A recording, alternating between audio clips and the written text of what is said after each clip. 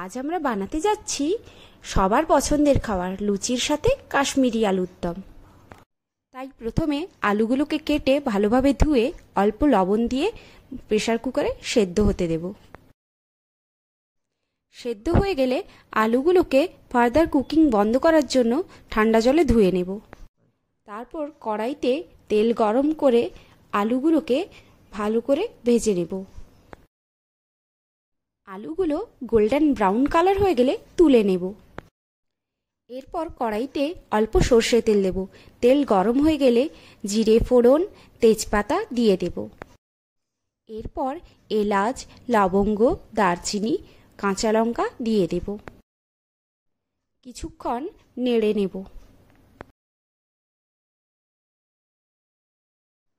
এরপরে হিং, ধনে গুঁড়ো ও জলে গুলিয়ে কাশ্মীরি লঙ্কার গুঁড়ো দিয়ে দেব।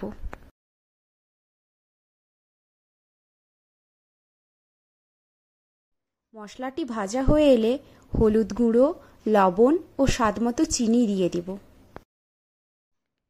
এরপরে আমরা দিয়ে দেব টক দই। এরপর মশলাটি ভালো করে কষিয়ে নিয়ে ভেজে রাখা আলুগুলো দিয়ে দেব। ফুটে গেলেই তৈরি হয়ে যাবে কাশ্মীরি আলুর দম। এবার আমরা বানাবো লুচি।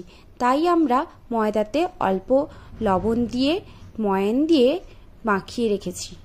এরপর লেচিগুলোকে ছোট ছোট করে কেটে ঢাকিয়ে রাখবো যাতে লুচিগুলো নরম হয়।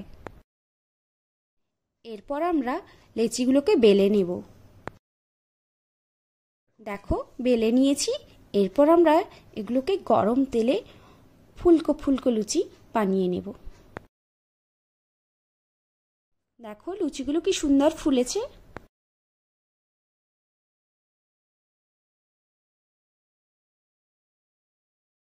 এরপর পরিবেশন করব গরম গরম লুচির সাথে কাশ্মীরি আলুর দম। কি গো, কেমন লাগছে বলো? দারুণ, ফাটাফাটি। জলদি ইউটিউবে রেসিপিটা শেয়ার করো।